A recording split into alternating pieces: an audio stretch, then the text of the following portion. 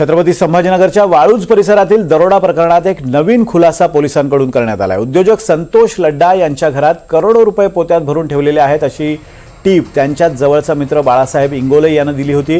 विशेष म्हणजे इंगोलेसह त्याच्या काही साथीदारांना ही रक्कम जादूटोणा करून पळवायची होती। यासाठी घरात असलेले पैसे जादूने बाहेर काढण्यासाठी त्यांनी एक प्लान सुद्धा केला होता। खरं तर हास्यास्पद गोष्ट आहे, मात्र यासाठी त्यांनी एक महाराज सुद्धा शोधून ठेवला होता, एक तांत्रिक शोधून ठेवला होता, पण पुढे हा प्लान यशस्वी झाला नाही आणि या लोकांनी थेट दरोडाच टाकलाय। एमआयडीसी वाळूज पोलीस स्टेशनला जो दरोड्याचा गुन्हा दाखल झाला होता त्याच्यामध्ये जो टीप देणारा आरोपी होता बाळासाहेब इंगोले, तर त्याने ज्या व्यक्तींच्या मार्फतीने टीप दिली होती त्याच्यामध्ये पहिले आरोपी आपण अटक केलेले आहेत।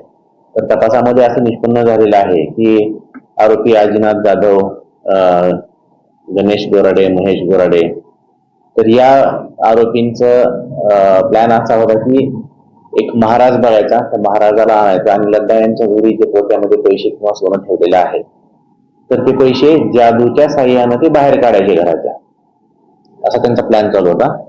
परंतु महेश गोराडेने ज्यावेळेस ही बातमी देवीदास शिंदे याला सांगितली त्यावेळेस देवीदास शिंदे जो की योगेश हासबेच्या संपर्कामध्ये होता, योगेश हासबे आणि त्याची टीम जी ऑलरेडी हॉटेलवरती थांबलेली होती, तर त्यांनी महाराज न बोलवता त्यांनी डायरेक्ट दरोडा टाकलेला आहे।